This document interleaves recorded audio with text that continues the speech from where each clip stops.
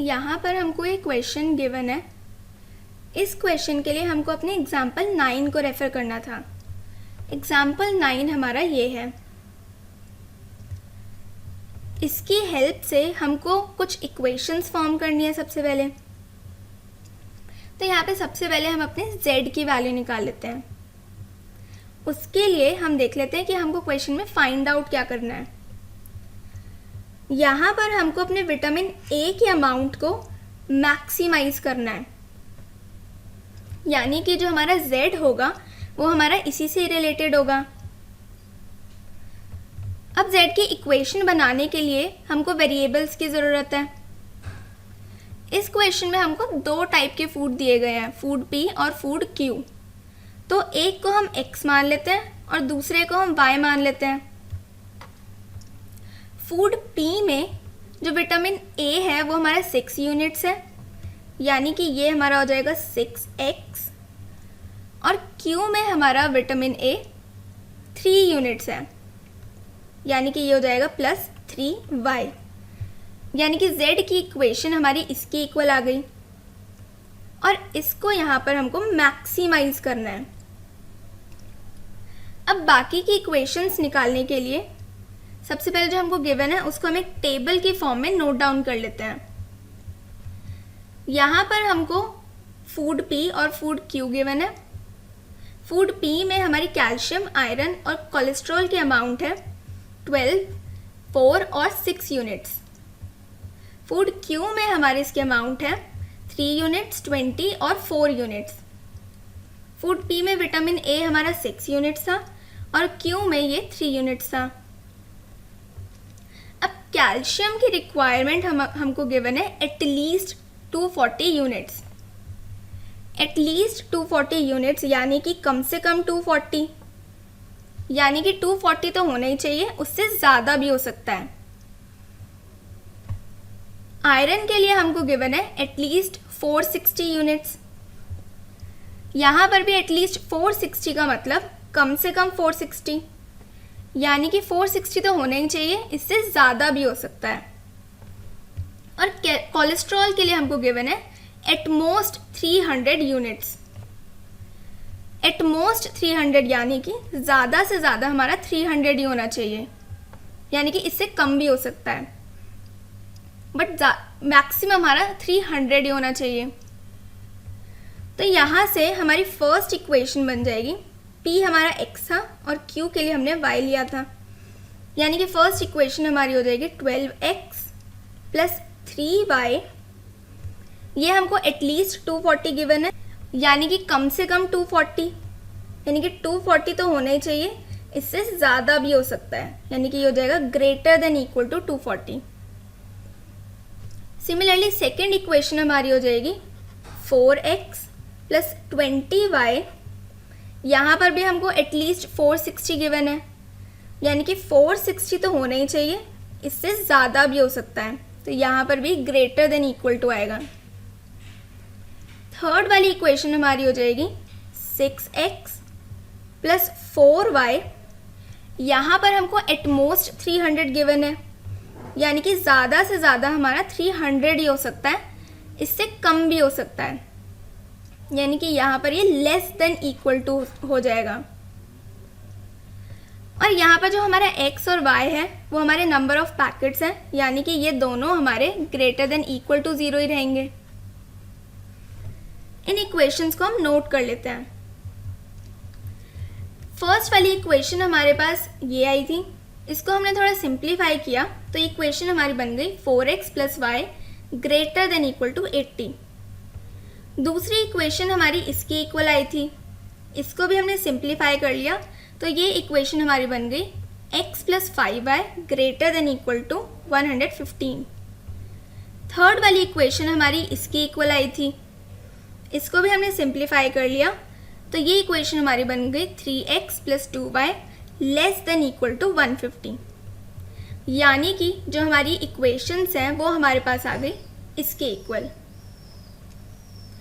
अब यहाँ पर हमको इसको सॉल्व करने के लिए सबसे पहले अपने इन कंस्ट्रेंट्स को हमको ग्राफ पर प्लॉट करना होता है। उसके बाद हम इसका फीजिबल रीजन चेक करते हैं। और फिर उस फीजिबल रीजन के कॉर्नर पॉइंट्स पर हम अपने z की वैल्यू चेक करते हैं। यहाँ पर हमको z को मैक्सिमाइज करना है, यानी कि हम यहाँ पर ये चेक करेंगे कि किस पॉइंट पर हमारे z की मैक्सिमम वैल्यू आई है। तब सबसे पहले हम अपनी इन इक्वेशंस को ग्राफ पर प्लॉट कर लेते हैं। प्लॉट करने के लिए हमने अपनी इक्वेशन के दो पॉइंट्स फाइंड आउट कर लिए हैं। हमारा x और y दोनों ही ग्रेटर देन इक्वल टू 0 है, यानी कि जो हमारा ग्राफ है वो हमारा फर्स्ट क्वाड्रेंट में बनेगा। अब फर्स्ट इक्वेशन के लिए पहला पॉइंट है हमारे पास 0,80, यानी कि x 0 है और y है हमारा 80, यानी कि ये वाला पॉइंट।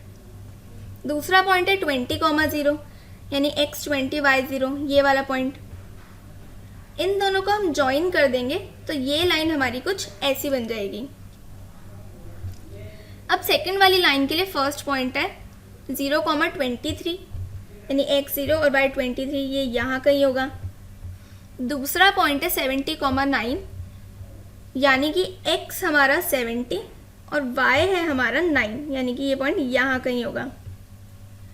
इन दोनों पॉइंट्स को भी हम ज्वाइन कर लेंगे तो ये लाइन हमारी कुछ ऐसी बन जाएगी। अब थर्ड वाली लाइन के लिए फर्स्ट पॉइंट है हमारे पास 0,75, यानी कि x 0 और y है हमारा 75।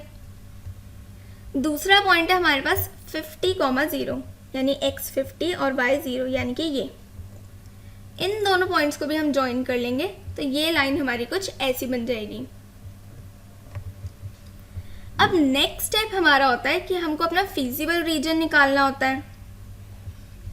उसके लिए हम चेक करते हैं कि इन तीनों लाइंस के लिए कौन सा रीजन शेड होगा। अब इन तीनों ही लाइंस के लिए वो रीजन इनके लेफ्ट हैंड साइड का भी शेड हो सकता है और राइट हैंड साइड का भी शेड हो सकता है। तो ये चेक करने के लिए हम अपना कोई भी इस ग्राफ में से पॉइंट ले लेंगे जो कि इन लाइंस के ऊपर ना लाई कर रहा हो। तो यहाँ पर हम सबसे इजी वाला पॉइंट ले लेते हैं जो कि हमारा होता है 0,0। यहाँ पर हम x और y की वैल्यू 0 0 रखेंगे तो यहाँ से ही हमारा आ जाएगा 0 ग्रेटर देन इक्वल टू 80, यानी कि ये तो हमारा सेटिस्फाई नहीं किया, यानी कि ये यहाँ पर हमारा फॉल्स हो गया। और जब भी हमारा ऐसा होता है तो हम उस लाइन के जिस तरफ ये पॉइंट है, यानी कि 0,0 हमारा यहाँ पर है, इसके अपोजिट साइड हम शेड करेंगे, यानी कि इस लाइन के लिए 0,0 के अपोजिट साइड, यानी कि इस साइड वाला रीजन शेड होगा। अब हम अपनी सेकंड वाली लाइन के लिए भी चेक कर लेते हैं। यहाँ पर भी हम x और y की वैल्यू 0 0 रखेंगे तो यहाँ से ये आ जाएगा 0 ग्रेटर देन इक्वल टू 115, यानी कि यहाँ पर भी ये पॉइंट सेटिस्फाई नहीं किया तो यानी कि ये भी हमारा ये फॉल्स हो गया। यानी कि इस लाइन के लिए भी जो हमारा रीजन शेड होगा वो 0,0 के अपोजिट साइड वाला होगा, यानी कि ये वाला। अब सिमिलरली हम अपना थर्ड वाली लाइन के लिए भी चेक कर लेते हैं। इस लाइन में हम 0,0 रखेंगे तो ये हो जाएगा 0 लेस देन इक्वल टू 150। ये यहाँ पर सेटिस्फाई कर गया है, यानी कि ये यहाँ पर हमारा ट्रू है। और जब भी हमारा ट्रू हो जाता है उस केस में जिस साइड हमारा पॉइंट है, यानी कि जिस साइड हमारा 0 0 है, उसी साइड हम शेड करेंगे, यानी कि इस लाइन के लिए इस साइड वाला रीजन शेड होगा। अब इन तीनों लाइंस के लिए जो कॉमन रीजन शेड हो रहा है वो हमारा ये वाला रीजन है, यानी कि ये कुछ ऐसे, ये हमारा फीजिबल रीजन हो जाएगा। अब नेक्स्ट स्टेप हमारा होता है कि हमको अपने फीजिबल रीजन के कॉर्नर पॉइंट्स निकालने होते हैं। यहाँ पर हम ये जो कॉर्नर पॉइंट्स है ग्राफ की हेल्प से भी निकाल सकते हैं, पर हो सकता है कि ये पॉइंट ग्राफ से हमारे एक्यूरेट ना आए। तो एक्यूरेसी के लिए हम इन पॉइंट्स को अपनी इक्वेशंस को सॉल्व करके निकालेंगे। यहाँ पर ये जो पॉइंट है ये हमारा ये वाली लाइन और ये वाली लाइन, यानी कि इन दोनों लाइंस को इंटरसेक्ट करके बन रहा है, यानी कि इस पॉइंट के लिए हम इन दोनों लाइंस को सॉल्व करेंगे। इन दोनों को जब हम सॉल्व करेंगे तो ये पॉइंट हमारा आ जाएगा 2,72। सिमिलरली ये वाला पॉइंट निकालने के लिए हम अपनी 4x प्लस वाई यानी कि ये वाली लाइन और x प्लस 5y यानी कि ये वाली लाइन, इन दोनों को सॉल्व करके ये वाला पॉइंट निकाल लेंगे। ये वाला पॉइंट हमारा आ जाएगा 15,20। सिमिलरली ये वाला पॉइंट निकालने के लिए हम इन दोनों इक्वेशन को सॉल्व कर लेंगे। इन दोनों को सॉल्व करेंगे तो ये पॉइंट हमारा आ जाएगा 40,15। अब नेक्स्ट हमको अपने इन कॉर्नर पॉइंट्स पर अपने z की वैल्यू निकालनी होती है। यहाँ पर कॉर्नर पॉइंट्स हमारे ये हैं और इन वैल्यूज़ को हम अपने z में रखेंगे तो इसकी वैल्यूज़ हमको ये मिल जाएंगी। अब क्वेश्चन में हमको अपने z को मैक्सिमाइज करना था, यानी कि हम यहाँ पे ये चेक करेंगे कि किस पॉइंट पे हमारी z की मैक्सिमम वैल्यू आई है। इन तीनों में से मैक्सिमम वैल्यू हमारी ये है 285 और ये हमारी आई है 40,15 पॉइंट पर, यानी कि ये पॉइंट ये और ये वैल्यू हमारी मैक्सिमम हो जाएंगे। x और y हमारा था number of packets of food P and Q, यानी कि हमको फूड P के 40 पैकेट्स चाहिए और फूड Q के हमको 15 पैकेट्स चाहिए। अगर ऐसा हम करेंगे तो उस केस में जो हमारे विटामिन A का अमाउंट है वो मैक्सिमम हो जाएगा, जो कि हमारा होगा 285 यूनिट्स।